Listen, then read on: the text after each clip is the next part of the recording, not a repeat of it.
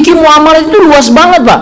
Yang kita anggap hari ini sudah, oh ini hukumnya, bisa saja berubah. Contoh misalnya di Malaysia mengharamkan menghalalkan bai'ul ainah. Di Indonesia diizinkan. Diharamkan. Di sana diizinkan. Ainah. Itu nantilah, jangan kita bahas di sini. Bisa lama ini kita. Ya kan? Bapak yang dirahmati Allah. Jadi halal dalam mencari ini konteksnya harus ngerti hukum fikih muamalah. Khalifah Umar bin Khattab masuk ke pasar-pasar pakai tongkat, mukul orang-orang, cari tahu orang-orang yang nggak ngerti fikih muamalah, baik dia sebagai pedagang maupun sebagai pembeli, pedagang ataupun pembeli. Karena kalau orang nggak ngerti fikih muamalah hanya dua kemungkinan. Kalau dia penjual, dia bisa nipu atau dia tertipu. Kalau pembeli juga bisa, dia juga bisa nipu orang dan dia juga bisa tertipu. Korma basah dicampur dengan korma kering, korma bagus dicampur dengan kualitas nggak bagus dalam satu tempat, nggak bisa. Belum lagi soal harga apa yang dipakai, harga standar kok di sana beda, di sini beda, di sana mahal sekali. Umar bin Khattab radhiyallahu anhu jalan ke sana kemari, sampai di zaman beliau lah dibangunlah institusi namanya Hisbah, lembaga pengawas pasar. Kalau hari ini kita sebut dengan Komisi Pengawasan Persaingan Usaha. Masih ada itu? KPPU. Tapi jarang terdengar ya. Wallahu a'lam bishawab.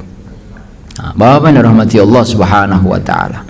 Kita pindah ke yang ketiga biar selesailah pertemuan hari ini dengan 3 jurus tadi. Yang ketiga ya. Yang ketiga itu adalah sebelum yang ketiga, makanya ada 3 pokok penting yang perlu kita perhatikan dalam hal jurus kedua ini. Sumbernya itu adalah salah satunya di surat Al-Baqarah 282. Pencatatan, persaksian dan penyertaan dokumentasi. Itu akuntansinya. Al-Baqarah 282, ya. Imam Ali pernah berkata, siapa yang berdagang sebelum mengerti fikih, maka ia akan tercebur ke dalam riba, kemudian tercebur lagi dan kemudian tercebur lagi. Artinya terjerumus ke dalamnya dan kebingungan. Ketiga, jurus ketiga. Tadi yang pertama apa? Benar dalam memahami. Yang kedua apa? Halal dalam mencari. Yang ketiga adalah berkah dalam menikmati. Jadi I semua ujungnya, hurufnya I. Benar memahami, halal mencari, berkah menikmati. Ini yang jurus ketiga. Kita perlu yang namanya keberkahan, ya. Tidak bisa kalau hanya mengandalkan hitung-hitungan nalar akal manusia. Walau apa ayatnya itu? Walau anna ahlal qura, seandainya penduduk negeri amanu, beriman, wattaqau, bertakwa, la fatahna alaihim, kami bukakan bagi mereka barakatim minas samai wal ard, kami buka pintu-pintu keberkahan turun dari atas langit keluar dari muka bumi. Kalau mengurus negeri ini hanya pakai ilmu-ilmu konvensional, tidak bisa juga. Harus kita minta sama Allah. Ya Allah, berkahi negeri ini, berkahi pemimpinnya, kasih petunjuk supaya mereka mengurus negeri ini dengan benar. Berikan, tunjukkan kekuasaanmu, tunjukkan hidayahmu, dan semuanya minta sama Allah. Tapi ternyata Allah sudah kasih isyarat, amanu wattaqau, beriman dan bertakwa. Itu di surat Al-A'raf ayat 96. Ya. Walakin kazzabu, tapi sayang, ini kata Allah nih, mereka dusta. Fa akhaznahum bima kanu yaksibun, maka kami siksa mereka disebabkan perbuatannya.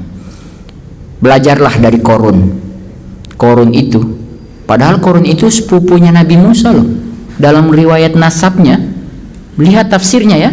Itu tafsirnya saya dapat, itu bukan orang siapa-siapa, itu keluarga dekatnya Nabi Musa. Dan tahu nggak kenapa Korun itu ditenggelamkan ke dalam tanah? Apa penyebabnya? Betul harta, tapi ada momen ketika itu dia menolak. Nabi Musa minta zakat. Jadi ibadah zakat bukan di zaman kita. Sudah dari Nabi Musa sudah ada. Dari Nabi Ibrahim sudah ada zakat. Dari Nabi Isa ada sudah zakat. Kalau nggak percaya buka Al-Quran. Wa ausani bis salati waz zakati ma dumtu hayya, kata Allah dalam perkataan lewat perkataannya Nabi Isa. Wa ausani, saya diwasiatkan oleh Allah bis salati waz zakat, salat dan zakat ma dumtu hayya, selama aku. Nabi Isa masih hidup apa belum? Masih hidup atau sudah meninggal? Akidah kita mengatakan masih hidup, nanti akan turun. Berarti namanya ibadah zakat tidak pernah akan hilang sebelum kiamat datang. Jadi harus tetap semangat ini. Ibadah zakat itu tidak pernah akan hilang. Tapi kalau Ustadz kita terus-teruskan itu, zakat itu kan untuk mengentaskan kemiskinan ya. Berarti orang miskin tidak pernah akan habis di dunia ini. Karena kalau orang miskin habis berarti zakat. Begitu ya. Nah, nanti kapan-kapan kita bicara zakat. Gak apa-apa, nanti kita bicara zakat. Dan zakat bagian dari halal dalam zakat berkah dalam menikmati. Salah satu keberkahan harta itu adalah ketika dia dikeluarkan zakatnya. Nanti bisa bicara kapan-kapan materi tentang zakat. Khusus zakat aja kita bicara. Dari A sampai Z. Ustaz, zakat profesi boleh kita bahas. Ya kan? Ada yang pro, ada yang kontra, nggak ada masalah. Ya. Bapak yang dirahmati Allah Subhanahu wa taala. Jadi saya kira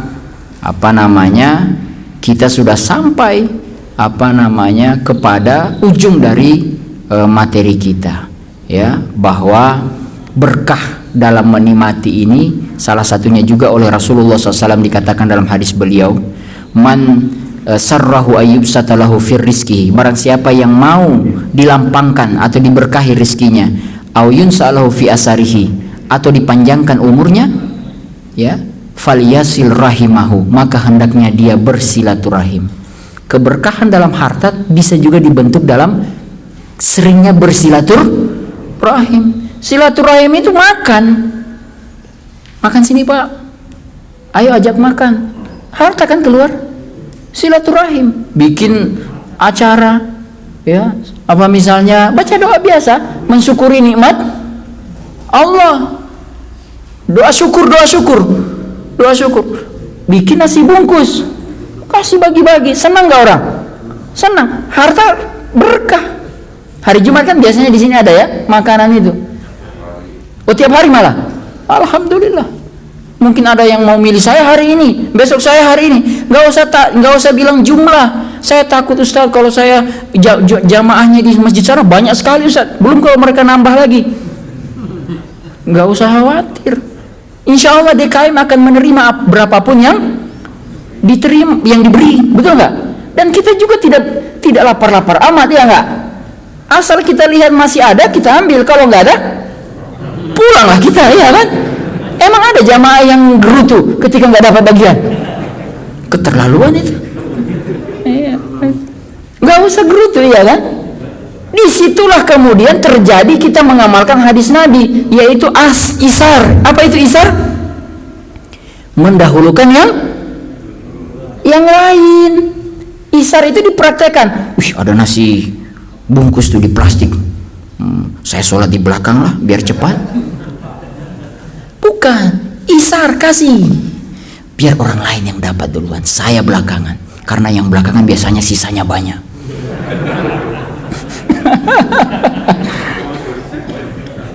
Tapi kalau isar di sini, di soft depan nggak pakai isar. Silakan Pak, harus duluan di depan. Ternyata dia silakan, dia memang sengaja mau di belakang supaya cepat. Wallahu a'lam bishawab. Bapak yang dirahmati Allah, saya kira kalau saya panjang-panjangkan banyak bisa dipanjang-panjangin ini. Kita doa, Nabi sudah ngajarin, Allahumma barik li ummati fi bukuriha. Ya Allah, berikan keberkahan bagi umatku di pagi hari. Orang tua kita tidak pandai membacakan hadis ini dulu.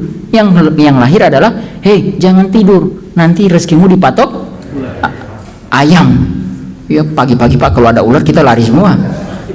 Ya, dipatok ayam gitu. Ya, padahal sebenarnya hadisnya ini ya, Allahumma barik li ummati fi bukuriha. Ya Allah, berikan keberkahan bagi umatku di waktu mereka pagi hari. Wallahu alam bisawab. Itu saja yang bisa saya sampaikan Bapak-bapak yang dirahmati Allah. Silahkan kalau ada yang mau ditanyakan. Di sisa waktu berapa? 5 menit. Ya, karena ini mukadimah nggak usah nanya-nanya banyak-banyak. Fadhal, ada yang mau nanya? 1, 2. Ada nggak? Silakan, nggak apa-apa. Hah? Oh iya Pak. Silakan. Waalaikumsalam warahmatullahi wabarakatuh. Maghrib, maisir, riba, goror. Ya.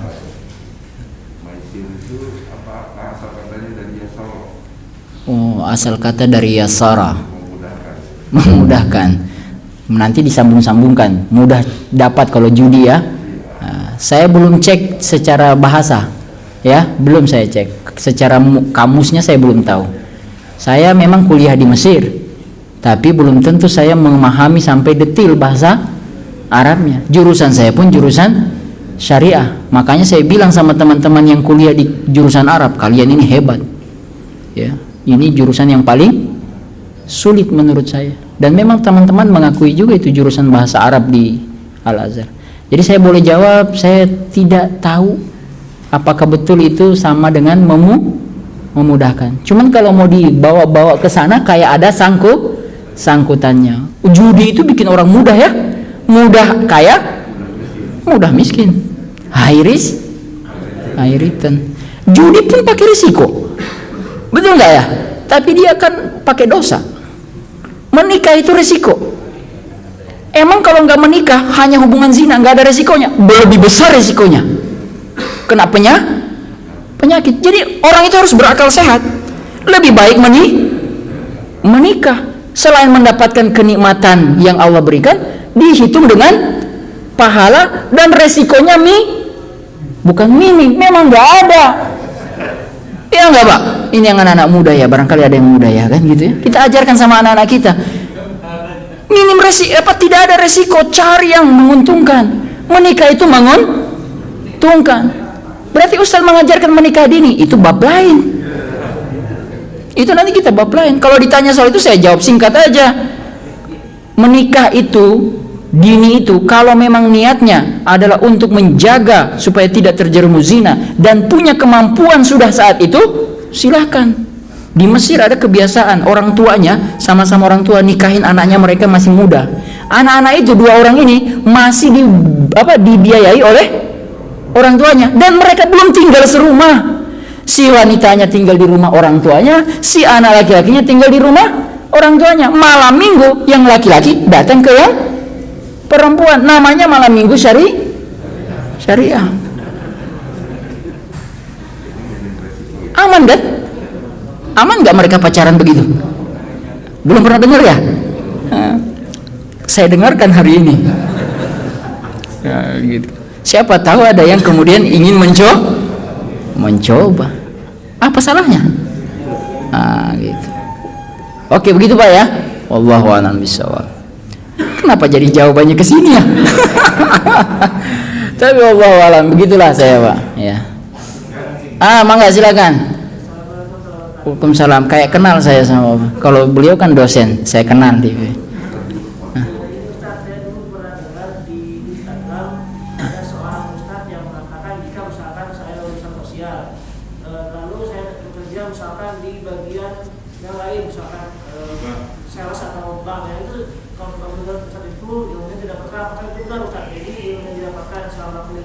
Karena tidak sesuai jurusan.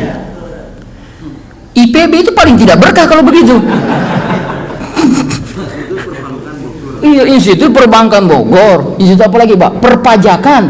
Yang jadi pejabat pajak kan ada dari IPB ya Pak ya. Yang bea cukai itu ada dia. Jadi sebenarnya mungkin yang dimaksud oleh hadis, yang dimaksud oleh Ustadz itu, memang ada riwayat mengatakan bahwa salah satu tanda ilmu yang berkah itu adalah dia dimanfaatkan ilmu itu. Pertanyaannya, boleh jadi ilmu sosial dia itu masuk kemana-mana, betul nggak Pak? Ilmu sosial itu kan luas, memahami karakter masyarakat. Makanya ada jurusan apa di IPB? Sosiologi, Fakultas Ekologi Manusia. Kan bingung orang, kenapa ada belajar sosiologi di IPB? Pertanian loh, Institut Pertanian Bogor, kenapa belajar sosiologi? Jangan salah. Bagaimana kemudian penyuluh pertanian dalam memahami karakter manusia, ya kan? Dia perlu ilmu sosial. Bagaimana memahami karakter masyarakat desa yang berbeda dengan masyarakat kota. Ilmu sosial dipakai. Konteksnya pertanian. Perbankan, ilmu sosial, melihat wajah orang, ini bisa dikasih pembiayaan apa tidak ini? Ilmu sosial. Tapi ilmu sosial sudah berkembang, bisa dikuantifikasikan. Lewat apa? Lewat dicek orang itu. Ada catatannya nggak dalam BI yang kita sebut dengan apa? OJK, ya, punya catatan hitam, nggak bisa dikasih pembiayaan. Wallahu alam bisa. Jadi ilmu itu luas, tidak bisa dipahami dengan sempit. Saya bukan berarti saya tidak sepakat 100% dengan Ustadz itu, tapi barangkali harus diluaskan maknanya. Wallahu alam bisawab. Mudah-mudahan bisa kejawab. Saya kira cukup dengan pertanyaan tadi, dan kita mari tutup kajian subuh ini dengan ucapan hamdalah. Alhamdulillahirabbil alamin. Saya juga mohon maaf kalau banyak yang salah dan banyak bercandanya, terutama ibu-ibu, mohon maaf kalau tersinggung, ya. Dan kita tutup dengan doa penutup majelis. Subhanakallahumma wa bihamdika asyhadu an la ilaha illa anta astaghfiruka wa atubu ilaik. Assalamualaikum warahmatullahi wabarakatuh.